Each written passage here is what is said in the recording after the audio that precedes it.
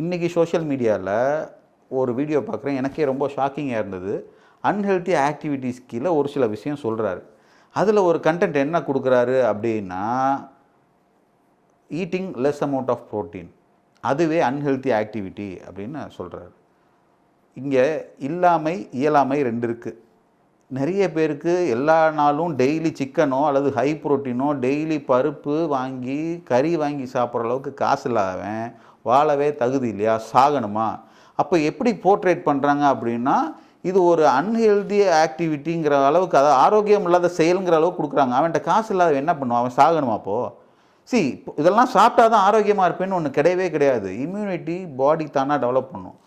அந்த காலத்து எல்லாரும் டெய்லி கறி சாப்பிட்டாங்களா, டெய்லி ஒரு முட்டை வச்சாங்களா? கிடையாது. இப்போ பிரச்சனை என்னென்னா, எல்லாத்தையும் நம்மளை டோட்டலாக மீடியா சொல்கிறத நம்ப வச்சுக்கிட்டு இருக்காங்க.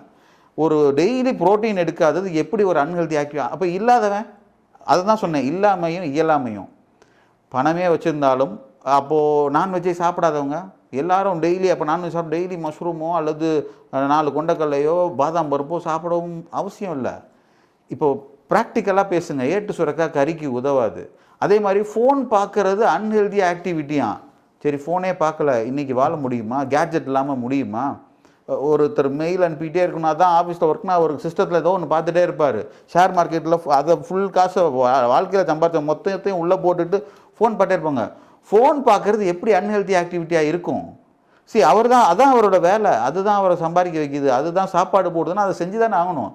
அன்ஹெல்தி ஆக்டிவிட்டின்னு சொல்லிட்டு இஷ்டத்துக்கு அள்ளி அடித்து வர்ற எல்லா வீடியோஸையும் நம்பாதீங்க. யதார்த்தத்துக்குள்ளே வாழுங்க.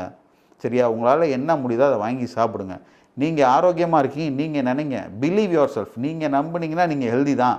அதனால் யதார்த்தத்தை விட்டு ரொம்ப மீடியாவில் மூழ்கி கிடக்காதீங்க. உங்களுக்கு தெரியும் சரி எது தப்பு எதுன்னு சொல்லிட்டு அதை பிலீவ் பண்ணுங்கள். Myself doctor Satish from Madurai osteopathy clinic.